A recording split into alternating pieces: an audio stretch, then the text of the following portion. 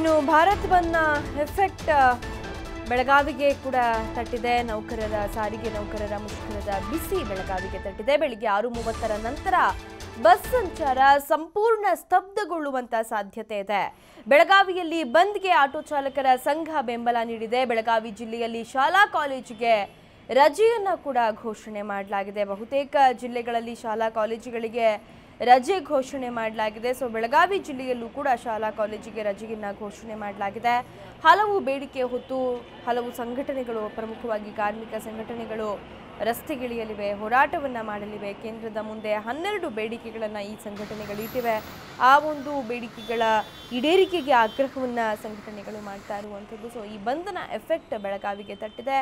6:30 ನಂತರ ಬಸ್ ಸಂಚಾರ ಸಂಪೂರ್ಣ ಸ್ತಬ್ಧಗೊಳ್ಳುವಂತ ಸಾಧ್ಯತೆ ಇದೆ.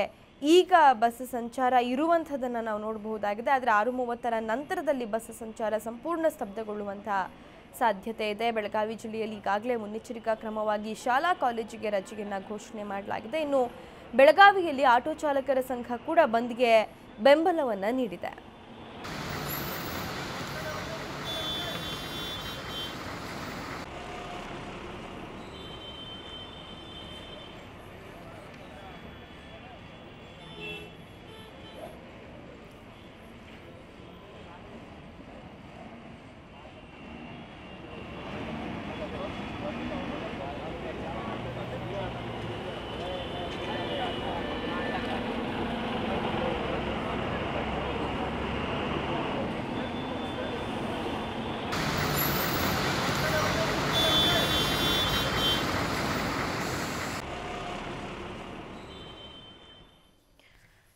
ಇನ್ನು ಬಂಧನ ಎಫೆಕ್ಟ್ ಎಲ್ಲೆಲ್ಲಿ ಹೇಗಿದೆ ಅನ್ನುವಂಥದ್ದನ್ನು ತಿಳಿಸ್ಕೊಡ್ತಾರೆ ನಮ್ಮ ಪ್ರತಿನಿಧಿಗಳು. ಧಾರವಾಡದಿಂದ ನಮ್ಮ ಪ್ರತಿನಿಧಿ ದುರ್ಗೇಶ್ ನೇರ ಸಂಪರ್ಕದಲ್ಲಿದ್ದಾರೆ. ಬೆಳಗಾಂನಿಂದ ಶ್ರೀಧರ್ ಕೊಟಾರಗಸ್ತಿ ನೇರ ಸಂಪರ್ಕದಲ್ಲಿದ್ದಾರೆ. ಹಾಗೆ ಹುಬ್ಬಳ್ಳಿಯಿಂದ ನಮ್ಮ ಪ್ರತಿನಿಧಿ ಯಲ್ಲಪ್ಪ ಸೋಲಾರಗೊಪ್ಪ ನೇರ ಸಂಪರ್ಕದಲ್ಲಿದ್ದಾರೆ. ಮೊದಲಿಗೆ ಬೆಳಗಾವಿಯಲ್ಲಿ ಯಾವ ರೀತಿಯಾದಂಥ ಪರಿಸ್ಥಿತಿ ಇದೆ ಅನ್ನುವಂಥದ್ದನ್ನು ನೋಡೋಣ. ಶ್ರೀಧರ್, ಬೆಳಗಾವಿಯಲ್ಲಿ ಕಾರ್ಮಿಕರ ಮುಷ್ಕರಕ್ಕೆ ಯಾವ ರೀತಿಯಾದಂಥ ಪ್ರತಿಕ್ರಿಯೆ ವ್ಯಕ್ತವಾಗ್ತಾ ಇದೆ? ಹೇಗಿದೆ ಸದ್ಯ ಬೆಳಗಾವಿಯ ಪರಿಸ್ಥಿತಿ ಅಂತ?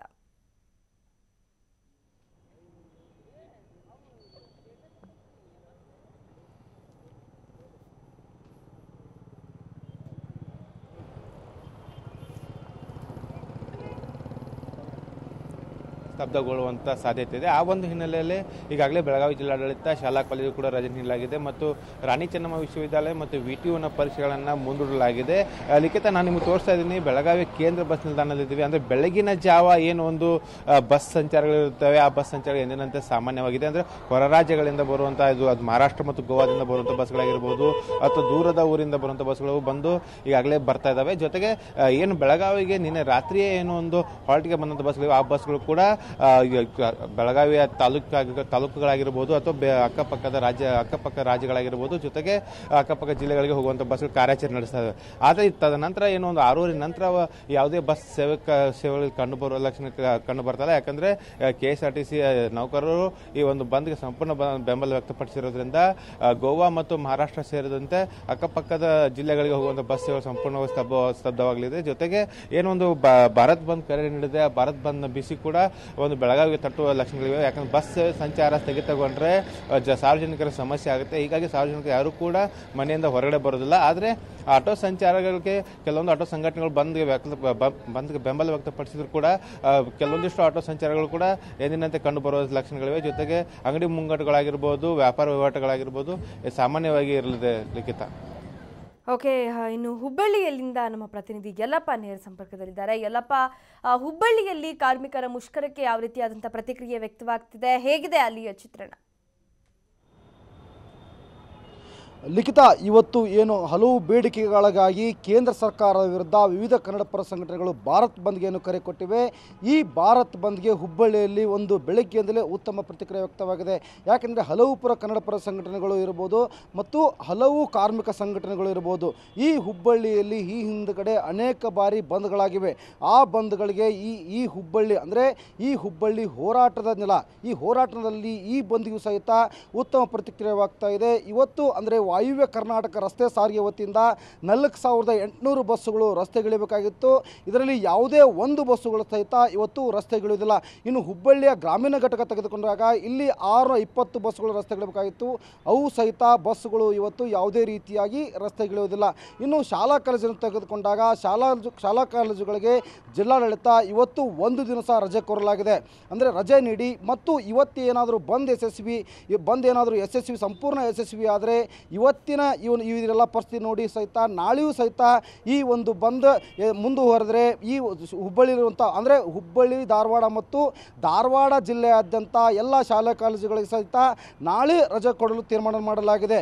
ಅವಳಿ ನಗರದಲ್ಲಿ ಈ ಹುಬ್ಬಳ್ಳಿ ಧಾರವಾಡ ಏನಿದೆ, ಈ ಹುಬ್ಬಳ್ಳಿ ಧಾರವಾಡದಲ್ಲಿ ಸಹಿತ ಈ ಹಿಂದ್ಗಡೆ ಮಹದಾಯಿ ಹೋರಾಟ ನಡೆದಾಗ ಏನು ದೇಶದಲ್ಲಿಯೇ ಅತಿ ಹೆಚ್ಚು ಹೋರಾಟ ನಡೆದಿದ್ದು ಈ ಹುಬ್ಬಳ್ಳಿ ನಗರದಲ್ಲಿ. ಯಾಕಂತಂದರೆ ಕುಡಿಯೋ ನೀರಿಗಾಗಿ ಈ ಹುಬ್ಬಳ್ಳಿ ಧಾರವಾಡದಲ್ಲಿ 75 ಬಂಧುಗಳಾಗಿವೆ. ಇವತ್ತು ಸಹಿತ ಏನು ಕಾರ್ಮಿಕ ಸಂಘಟನೆಗಳು ಏನು ಬಂದ್ಗೆ ಕರೆ ಕೊಟ್ಟಿದ್ದಾರೆ, ಬೆಳಗ್ಗೆಯಿಂದಲೇ ಉತ್ತಮ ಪ್ರತಿಕ್ರಿಯೆ ವ್ಯಕ್ತವಾಗಿದೆ. ಇನ್ನು ಅವಳಿ ನಗರದಲ್ಲಿ ಈ ಬಂದ್ ಏನು ಕರೆ ಕೊಟ್ಟಿದ್ದಾರೆ, ಯಾವುದೇ ರೀತಿಯಾಗಿ ಅಹಿತಕರ ಘಟನೆ ನಡೀಬಾರ್ದು ಅಂತೇಳಿ ಸಹಿತ ಪೊಲೀಸು ಸಹಿತ ಹೆಚ್ಚಿನ ಬಂದೋಬಸ್ತ್ ನಿಯೋಜನೆ ಮಾಡಲಾಗಿದೆ.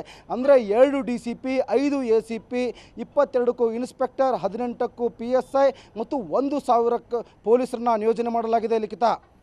ಓಕೆ ದುರ್ಗೇಶ್, ಧಾರವಾಡದಲ್ಲಿ ಯಾವ ರೀತಿಯಾದಂಥ ಒಂದು ಚಿತ್ರಣ ಕಂಡು ಬರ್ತಾ ಇದೆ? ಕಾರ್ಮಿಕರ ಮುಷ್ಕರಕ್ಕೆ ಯಾವೆಲ್ಲ ಸಂಘಟನೆಗಳು ಕೈ ಜೋಡಿಸಿವೆ? ಏನು ಒಂದು ಕೇಂದ್ರ ಸರ್ಕಾರದ ವಿರುದ್ಧ 10ಕ್ಕೂ ಹೆಚ್ಚು ಸಂಘಟನೆಗಳು ಒಂದು ರಾಷ್ಟ್ರವ್ಯಾಪಿ ಬಂದ್ಗೆ ಕರೆ ನೀಡಿರುವಂಥದ್ದು. ಈ ಒಂದು ಬಂದ್ಗೆ ಧಾರವಾಡದಲ್ಲಿ ಉತ್ತಮವಾದಂತಹ ಪ್ರತಿಕ್ರಿಯೆ ಬೆಳ್ಳಂಬೆಳಗ್ಗೆ ಸಿಗ್ತಾ ಇದೆ ಅಂತ ಹೇಳ್ಬೋದು. ಏನು KSRTC, BRTC ಬಸ್ಗಳು ಈಗಾಗಲೇ ಡಿಪೋಗಳನ್ನ ಸೇರಿ ಸಂಚಾರವನ್ನು ಸ್ಥಗಿತಗೊಳಿಸಿವೆ. ಅದರ ಜೊತೆಗೆ ಹಲವಾರು ಸಂಘಟನೆಗಳು ಈ ಒಂದು ಬಂದ್ಗೆ ಸಾಕಷ್ಟು ಬೆಂಬಲವನ್ನು ನೀಡಿದ್ದು ಈ ಒಂದು ಬಂದ್ ಸಾಕಷ್ಟು ಪರಿಣಾಮ ಬೀರುವ ಸಾಧ್ಯತೆ ಇದೆ ಅಂತ ಹೇಳ್ಬೋದು. ಯಾಕಂತಂದ್ರೆ ಏನು ಒಂದು 10ಕ್ಕೂ ಹೆಚ್ಚು ಸಂಘಟನೆಗಳು ಕರೆ ನೀಡುವಂತಹ ಬಂದ್ಗೆ ಸಾಕಷ್ಟು ಕಾರ್ಮಿಕರ ಒಂದು ಬೇಡಿಕೆಗಳನ್ನ ಈಡೇರಿಸುವ ನಿಟ್ಟಿನಲ್ಲಿ ಈ ಒಂದು ಬಂದ್ಗೆ ಸಾಕಷ್ಟು ಬೆಂಬಲ ಸಿಗುತ್ತಿರುವಂತದ್ದು. ಇನ್ನು BSNL ಮತ್ತು LIC ಕಾರ್ಮಿಕ ಸಂಘಟನೆಗಳು ಕೂಡ ಈ ಒಂದು ಬಂದ್ಗೆ ಬೆಂಬಲವನ್ನು ನೀಡಿದ್ದು ಏನು ಬೆಳ್ಳಂಬೆಳಗ್ಗೆ ಈ ಒಂದು ಬಸ್ ನಿಲ್ದಾಣಗಳಲ್ಲಿ ಕೂಡ ಸಾಕಷ್ಟು ಬಸ್ಗಳನ್ನ ಈಗಾಗಲೇ ಡಿಪೋಗಳಿಗೆ ಸೇರಿಸಲಾಗಿದೆ. ಈ ಒಂದು 2 ದಿನಗಳ ಕಾಲ ಬಸ್ ಸಂಚಾರ ಹುಬ್ಬಳ್ಳಿ ಧಾರವಾಡ ಅವಳಿ ನಗರದಲ್ಲಿ ಸಾಕಷ್ಟು ಸ್ಥಗಿತಗೊಳ್ಳೋದ್ರಿಂದ ಸಾಕಷ್ಟು ಪ್ರಯಾಣಿಕರು ಸಂಕಷ್ಟವನ್ನು ಎದುರಿಸಬೇಕು.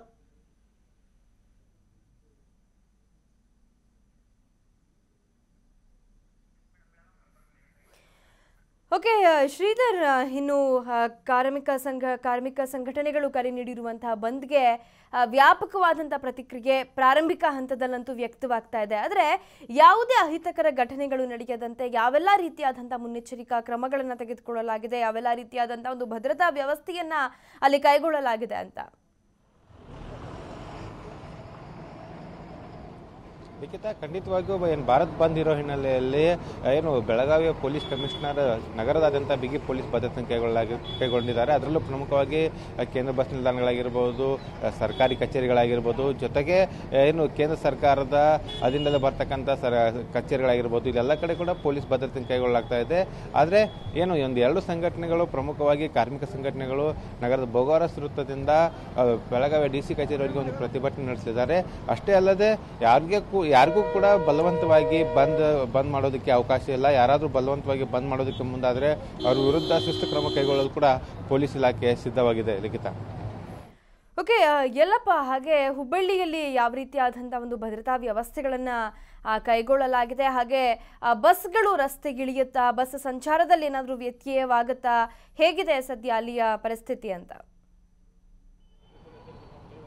ಲಿಖಿತ, ಏನು ಅವಳಿ ನಗರದಲ್ಲಿ ಯಾವುದೇ ರೀತಿಯಾಗಿ ಸಾರಿಗೆ ವ್ಯವಸ್ಥೆ ಇರೋದಿಲ್ಲ. ಯಾಕೆಂತಂದರೆ ಈ ಹಿಂದುಗಡೆ ಏನು KSRTC ಇರುವಂತಹ ಕಾರ್ಮಿಕ ಸಂಘಟನೆಗಳು ಏನಿದ್ದಾರೆ, ಕಾರ್ಮಿಕ ಸಂಘಟನೆ ಮುಖಂಡರು ಈಗಾಗಲೇ ಒಂದು ಮಾಹಿತಿ ನೀಡಿರೋದು ಮತ್ತು ಅಲ್ಲಿನ ಅಧಿಕಾರಿಗಳು ಮಾಹಿತಿ ನೀಡಿರೋ ಪ್ರಕಾರ ಯಾವುದೇ ಒಂದು ಬಸ್ಸುಗಳು ಸಹಿತ ರಸ್ತೆಗಿಳಿಯೋದಿಲ್ಲ. ಇನ್ನು ಆಟೋ ಚಾಲಕರಿರ್ಬೋದು ಮತ್ತು ಬೇಂದ್ರೆ ಸಾರಿಗೆ ಇರ್ಬೋದು, ಎಲ್ಲ ರೀತಿಯಾಗಿ ಏನು ಸಂಪೂರ್ಣವಾಗಿ ಸಾರಿಗೆ ವ್ಯವಸ್ಥೆ ಸ್ತಬ್ಧವಾಗಿದೆ. ಯಾಕೆಂತಂದರೆ ಅವಳಿ ನಗರದಲ್ಲಿ ಒಟ್ಟು 2,000 ಆಟೋಗಳಿದ್ದಾವೆ. 2,000 ಆಟೋಗಳು ಸಹಿತ ಇದರಲ್ಲಿ ಒಂದು ಆಟೋ ಸಹಿತ ರಸ್ತೆಗಿಳಿಯೋದಿಲ್ಲ. ಇನ್ನು ಬೇಂದ್ರೆ ಸಾರಿಗೆ ತಗೊಂಡಾಗ ಈ ಬೇರೆ ಸಾರಿಗೆ ಸಹಿತ ಇದರಲ್ಲಿ 1,000ಕ್ಕೂ ಬೇಂದ್ರೆ ಸಾರಿಗೆಗಳು ಬಸ್ಗಳು ಏನು ದಿನಂಪ್ರತಿ ರಸ್ತೆಗಿಳ್ತವೆ, ಅವು ಸಹಿತ ಸ್ತಬ್ಧವಾಗಿದೆ. ಇನ್ನು ಹೊಸದಾಗಿ ಆಗಿರುವಂತಹ ಏನು BRTS ಏನು ರಸ್ತೆ ಇದೆ, BRTS ಸಾರಿಗೆ ಸಂಸ್ಥೆ ಇದೆ, ಈ ಒಂದು ಸಾರಿಗೆ ಸಂಸ್ಥೆ ಸಹಿತ ಸ್ತಬ್ಧವಾಗಿದೆ. ಲಿಖಿತ. ಓಕೆ, ಧನ್ಯವಾದ ಯಲ್ಲಪ್ಪ ದುರ್ಗೇಶ್ ಆ್ಯಂಡ್ ಶ್ರೀಧರ್ ಕೋಟಾರಗಸ್ತಿ ಮಾಹಿತಿಗಾಗಿ. ನಾವು ನೋಡಿದ್ವಿ ಬೆಳಗಾವಿ, ಧಾರವಾಡ, ಹುಬ್ಬಳ್ಳಿಯಲ್ಲಿ ಯಾವ ರೀತಿಯಾದಂಥ ಒಂದು ಚಿತ್ರಣ ಇದೆ ಅನ್ನುವಂಥದ್ದು. ಭಾಗಶಃ ರಾಜ್ಯಾದ್ಯಂತ ಇದೇ ರೀತಿಯಾದಂಥ ಒಂದು ಪರಿಸ್ಥಿತಿ ಇದೆ. ಕಾರ್ಮಿಕರ ಮುಷ್ಕರಕ್ಕೆ ಹಲವು ಸಂಘಟನೆಗಳು ಬೆಂಬಲವನ್ನು ಸೂಚಿಸಿರೋದ್ರಿಂದ ಯಶಸ್ವಿಯಾಗಿ ಈ ಒಂದು ಬಂದ್ ಆಗಲಿದೆ. ಇಂದು ನಾಳೆ KSRTC BMTC ಬಸ್ಗಳು ರಸ್ತೆಗಿಳಿಯೋದಿಲ್ಲ ಅನ್ನುವಂಥದ್ದು. ಸೊ ಸಹಜವಾಗಿ ಪ್ರಯಾಣಿಕರಿಗೆ ಅನಾನುಕೂಲವಾಗುತ್ತೆ. ಆದರೆ ಮುಂಚೆಗೆ ಬಂದಿರುವಂಥದ್ದು ತಿಳಿದಿದ್ದರಿಂದ ಪ್ರಯಾಣಿಕರು ಕೂಡ ಆಲ್ಟರ್ನೇಟಿವ್ ವ್ಯವಸ್ಥೆಗಳನ್ನು ಮಾಡಿಕೊಂಡಿರ್ತಾರೆ ಅನ್ನುವಂಥದ್ದು. ಇನ್ನು ಶಾಲಾ ಕಾಲೇಜುಗಳಿಗೂ ಕೂಡ ಹಲವೆಡೆ ರಜೆಯನ್ನು ಘೋಷಣೆ ಮಾಡಲಾಗಿದೆ. ಹಲವು ವಿವಿಗಳ ಪರೀಕ್ಷೆಗಳನ್ನು ಕೂಡ ಮುಂದೂಡಿಕೆ ಮಾಡಲಾಗಿದೆ.